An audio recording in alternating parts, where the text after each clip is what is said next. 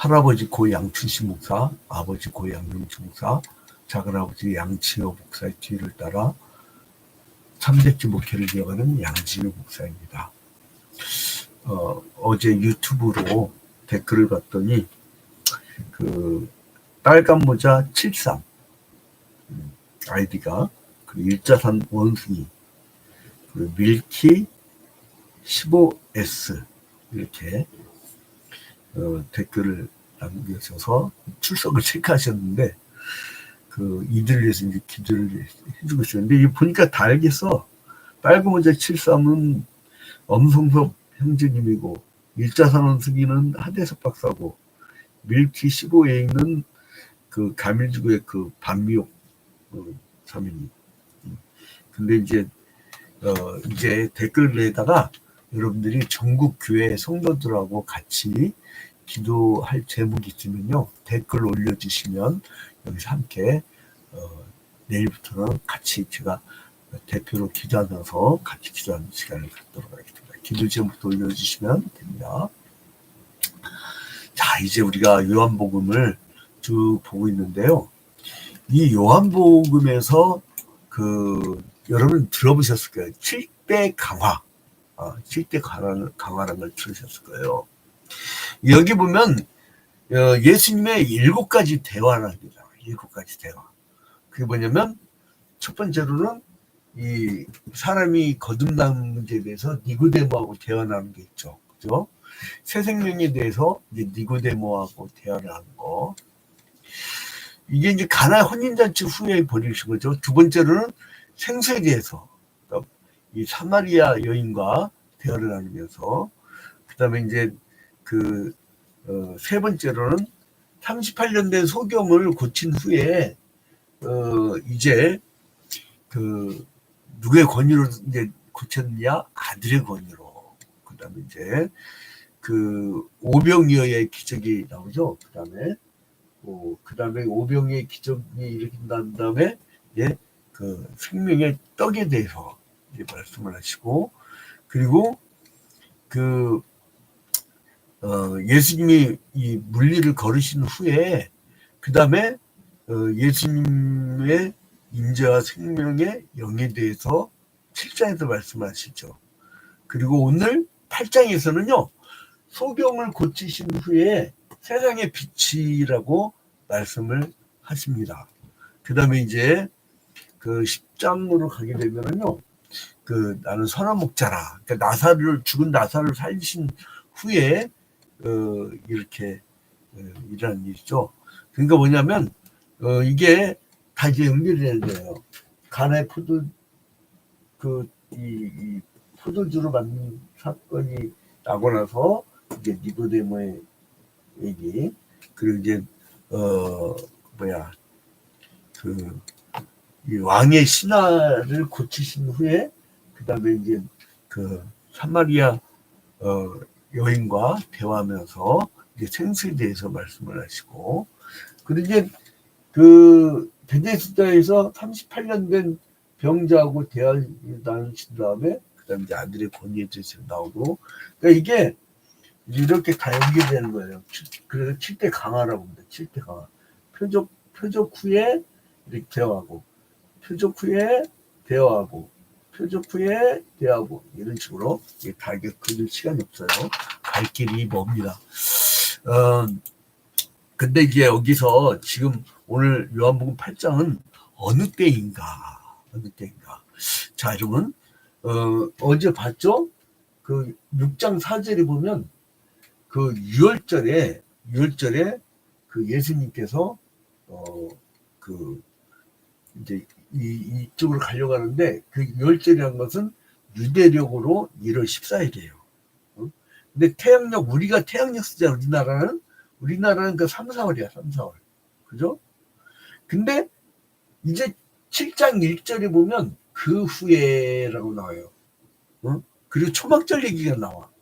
그러면 그 후에라고 했으면 초막절은 유대력으로는 7월 15일이에요. 7월 15일. 7월 15일부터 일주일 동안. 근데 이제 우리나라 이 태양력으로는 9월, 10월에 속하는 거죠. 그러니까 6장과 7장 사이는 몇 개월 사이예요? 6개월 정도. 6개월 정도 반년이 지나는 거예요. 그리고 예수님이 그 유월절 어린 양으로 십자가 달려 죽기 6개월 전이야. 6개월 전. 시점을 딱 이렇게 보시면 돼요. 그 다음에 이제 지금 오늘 그 요한복음 8장이 배경을 여러분이 먼저 이해를 하시면 재밌는데, 자 봐봐요. 7장 마지막 끝부분을 봐봐요. 이 사람들이 이제 율법주의자들이 예수를 잡아 죽이려고 막 그렇게 하다가, 자 53절 봐봐요. 7장 53절. 다 각각 집으로 돌아가고. 사람들 다 집으로 돌아갔잖아요. 근데 우주 만물의 주인이신 주님은 머리 둘 곳도 없어. 그래서 8장 1절에 보니까 오늘 서두에 예수는 감람산으로 가시니라. 사람들은 다 집으로 돌아갔는데 예수는 감람산으로 가셨어요. 그 감람산, 이 산은 그 예루살렘 그 이 성의 동쪽에 있는데, 그 여러분들 그 겟세마네 동산에서 피땀 흘리면서 기도했다는 거 있잖아요. 그 겟세마네 동산이에요. 그러니까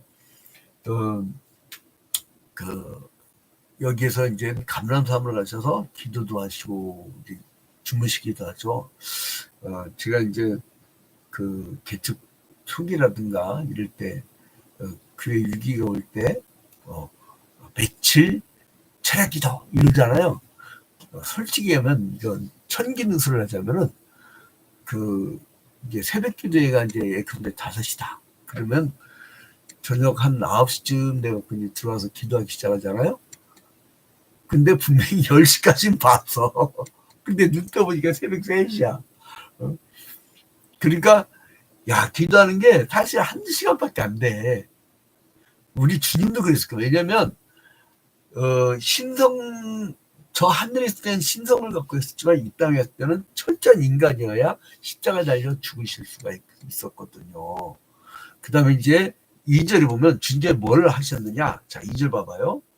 아침에 다시 성전으로 들어오시니 백성이 다 나온지라 앉으사 그들을 가르치시더니. 여러분, 사람을 변화시키는 것은요, 말씀밖에 없어요. 여러분, 자식들 키울 때 어떻게 키웁니까?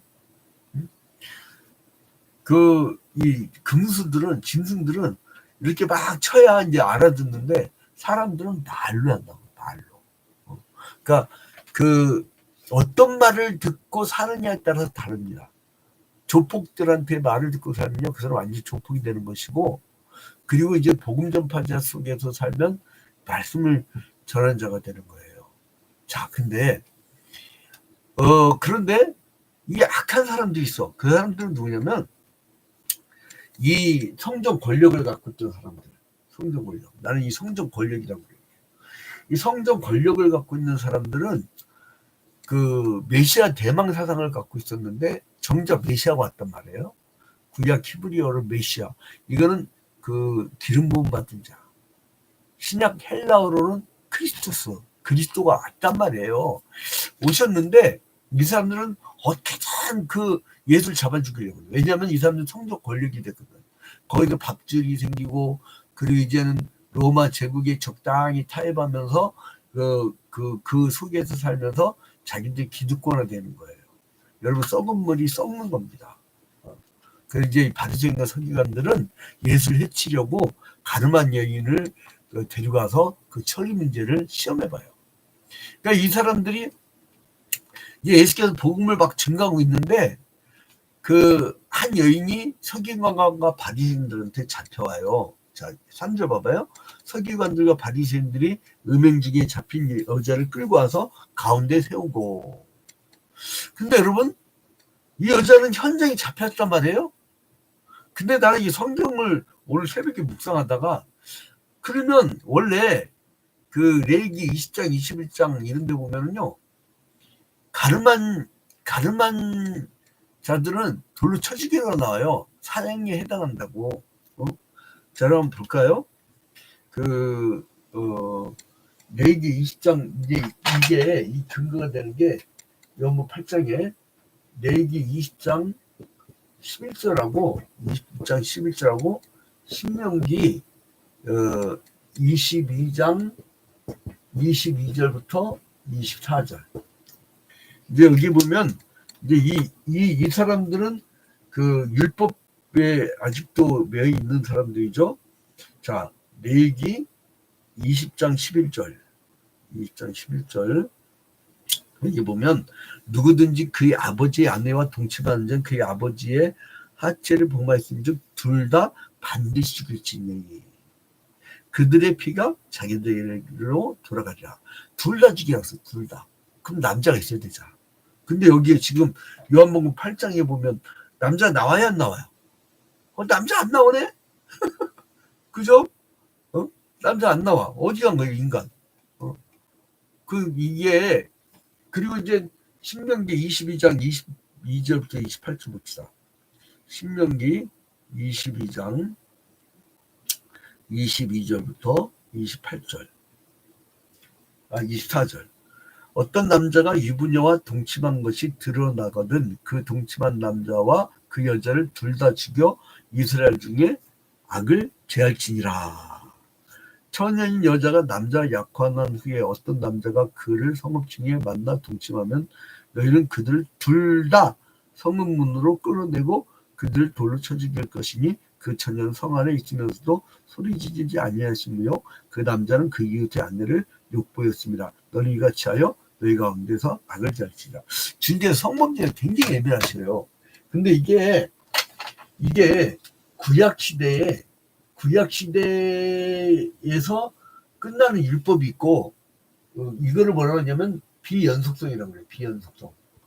구약과 신약이 있는데 이게 이제 비연속성이 있어요. 비연속성. 이렇게 돌로 쳐 죽이는 것은 예수님께 십자가 달려 죽으심으로 말미암아 유월절 어린 양이 돼서 죄를 다 원죄를 끌어안고 죽어주시기 때문에 이 돌로 쳐 죽이는 것은 끝났단 말이야. 양을 갖다 바친다든가, 왜냐면 유월절 어린 양이 돼서 십자가 달려 죽었기 때문에 이건 비연속성이에요. 근데 연속성인 게 있어. 그러니까 제의적인 거는 비연속성이나 정신적인 것은 연속돼. 연속성. 그 정신적인 것은, 그러니까 십계명이라든가, 그리고 하나님께서 이 성범죄에 대해서 굉장히 싫어한다든가, 이런 것은 뭐냐면은 정신적 율법이에요. 정신적 율법. 근데 이제 그 가늠하다가 현장에 잡힌 여인이 있는데 남자 어디 갔어? 그러니까 이 바리새인과 서기관들은요, 이 여인을 예수 앞에 세우고는 예수께 이 여인에 대해서 처리할 어떻게 했으면 좋겠습니까? 이렇게 물어보는 거예요. 그러면 모세율법에 보면 레위기나 레위기 10장이나 신명기 22장에 보면 돌로 쳐 죽이러 나오죠. 그러니까 6절에 보니까 이 사람들 의도를 봐봐. 의도. 질문한 의도. 그들이 이렇게 말하면 고발할 조건을 얻고자 예수를 시험하 미러라. 예수께서 몸을 굽혀서 손가락으로 따르겠으니까 시험하에서 죽여버리려고, 예수를 죽이려고 했던 거예요.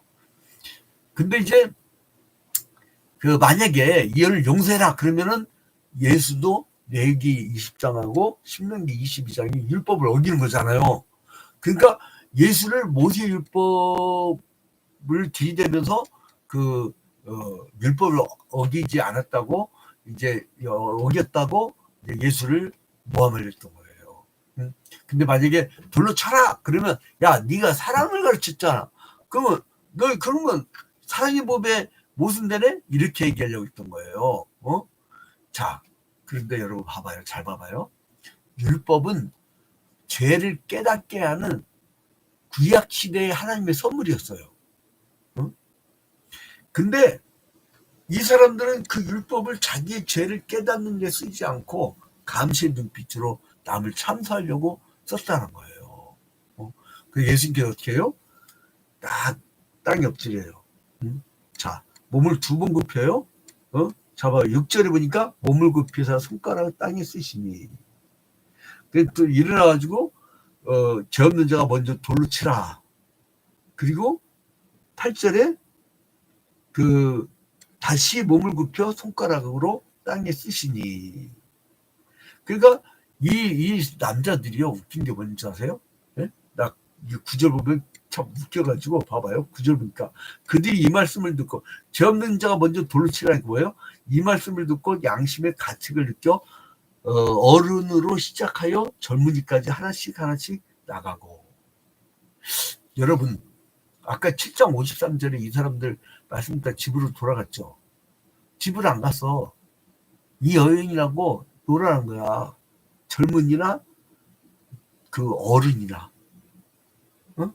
밤에 예수님이 8장 1절에 감난사랑 기도할 때 이것들은 그래놓고 자기의 죄는 은폐됐지만 여인의 죄는 드러났잖아요. 드러난 죄에 대해서는 엄청나게 막 뭐하는 거야. 여러분 사람이 드러난 죄에 대해서는 굉장히 냉혹합니다. 그리고 이제 그게 여론을 타버리면 이건 끝장나는 거야. 그러니까 여론을 타면 안 돼요, 여러분. 그래서 여론에서 많이 떠들잖아요. 얼른 가세요. 기자를 얼른 만나. 그게 방법, 여러분. 저놈 새끼하고 냅두잖아요. 이거 나중에요. 그래서 그 미국 대통령 아이고, 내가 이게 새벽에는 이렇게 꼭 이렇게 깜빡깜빡해. 이 사부라고 했죠, 사부. 입법부, 행정부, 사법부. 원래 3부잖아요. 근데 언론부가 있다는 거예요.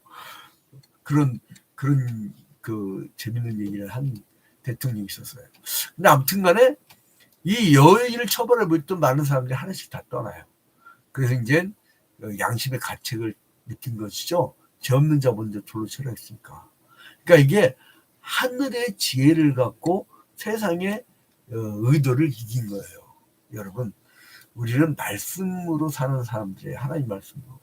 여러분 이 세상에 그 복잡한 우리를 또 잡아 죽이려고 하는 별 희한한 것들이 많단 말이에요. 그거를 하나님 말씀으로 이기면 돼요. 자, 그 다음에 뭐냐면 잘 보세요. 또 그 다음에 다 떠나고 나니까 여자와 예수만 남게 되었을 때 예수께서는 여인에게 뭐라고 합니까? 내가 너를 정죄하지 않는다. 그리고 뭐라고 그래요? 가서 다시 죄를 짓지 말라. 그러니까 야 정죄한 자가 다 어디 갔니? 이게 뭐냐면 너랑 노란 젊은 것들이랑 늙은 것들 어디 갔냐 다 갔다는 거예요. 그러니까 죄 없나이다. 그러니까 11절에 나도 너를 정죄하지 아니하노니 가서 다시는 죄를 범하지 말라. 여러분 예수는 이 가늠한 여인을 용서한 적이 없어요. 용서한 게 아니에요, 여러분. 여러분 죄는 반드시 회개해야 돼요. 그래야 용서를 해줘요. 이거 뭐냐면 내가 너를 정죄하지 않는다는 거예요. 이거 엄청난 선언입니다. 구약 시대에 율법으로는 죽어야 돼, 이 여자가. 율법으로는. 근데 신약 시대에 이 실체이신 예수 그리스도께서 오셔서 이제는 복음의 시대를 연 거예요. 복음의 시대를. 그래서 이제는 예수 그리스도께서 십자가에 달려 죽으시고 우리를 대신해서 죽어주심으로 말미암아 우리를 정죄하지 않는 거예요. 용서한 게 아니고 정죄하지 않는 거예요. 그래서 우리를 의롭다 칭해주잖아요. 의롭다 칭의. 그래서 예수님께서 23절에 이제 자기를 생명의 빛이라고 얘기하고 그리고 예수를 따른 자들은 어둠에 다니지 아니하고 생명의 빛을 얻을 것이라고 그렇게 말씀하십니다. 자, 그래서 이제 그 바리새인들은 어떻게든 예수를 잡아 죽이려고 막 그렇게 막 모함을 하려고 또 와. 그때 예수님께서 자신이 가는 곳이 그새는 사람들이 올 수 없다고 말씀하시면서 하늘로부터 오는 메시아라는 사실을 이제 증거하게 됩니다. 그리고 32절을 보니까 너희들 여지껏 율법 아래 구약의 율법 아래 이제 자유가 없었는데 내가 너희를 이렇게 정죄하지 않고 의롭다 칭해주시고 그 사랑의 복음으로 이제 우리의 죄를 풀어주시는 그런 거예요. 그래서 32절에 보면 진리를 알지니 진리가 너희를 자유롭게 하리라. 그 이제 이 진리의 말씀을 가르치다가요, 예수께서 이제 부활승천이에요. 부활승천하시고 그 다음에 하늘 보좌 우편에 앉아 계시죠. 근데 우리한테 어떻게 내려요? 예수 그리스도의 영으로, 진리의 영으로. 그러니까 이 진리가 너희를 자유케 하랴. 그 진리의 영. 그러니까 저 하늘에 있는 존재하고 우리하고 신비적 연합을 한 거예요. 그리스도의 신비적 연합이라고 해요. 존재 신학적으로는. 그러니까 이 신비적 연합을 해 가지고 그 예수 그리스도의 영이 우리와 함께하네. 진리의 영이 함께하네. 그러니까 말씀이 재밌는 거야, 말씀이. 이 세상 딴 게 재밌는 게 아니에요. 그러니까 말씀이. 결국 또 유대인과 예수가 그 논쟁을 하다가요, 예수님이 이 성적 권력자들 어떻게 하는 취급하는지 보세요. 44절 보고 이제 마치겠습니다. 44절. 너희 아비 마귀에서 났으니 너희 아비의 욕심대로 너희도 행하고자 하느니라. 그는 처음부터 살인한 자요, 진리가 그 속에 없으므로 진리에 서지 못하고 거짓을 말할 때마다 저것을 말하니 이는 거짓말장이요 거짓의 아비가 되었습니다. 여러분, 이 예루살렘 성전 권력을 가졌던 자들은 구약 시대의 이 율법을 믿은 게 아니라 이미 말씀드렸죠. 미드라시, 미시나, 게마라 이런 자기의 전통과 이전을 지켰어요. 그러니까 이 유대교는 우리 그리스도교와 아무 관계가 없습니다. 용어만 예루살렘, 이스라엘 이렇게 쓰니까 막 지금 신약 시대 영적 이스라엘인데, 그러니까 이게 뭐냐면 얘네들 마귀야, 마귀. 응? 그리고 마귀에서 났다는 건 살기밖에 없잖아. 살인한 자요. 진리도 없고, 그리고 거짓합이고. 여러분, 이게 그 주술에 빠지고 그리고 무속에 빠지고 마귀에게 조종받는 사람들 특징이 있어요. 거짓말 잘해요. 거짓말.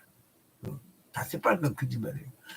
여러분, 진리의 말씀이신 예수 그리스도, 진리의 영이신 성령, 이 진리의 말씀을 따라 사는 하루가 되기를 주님의 이름으로 축원드립니다.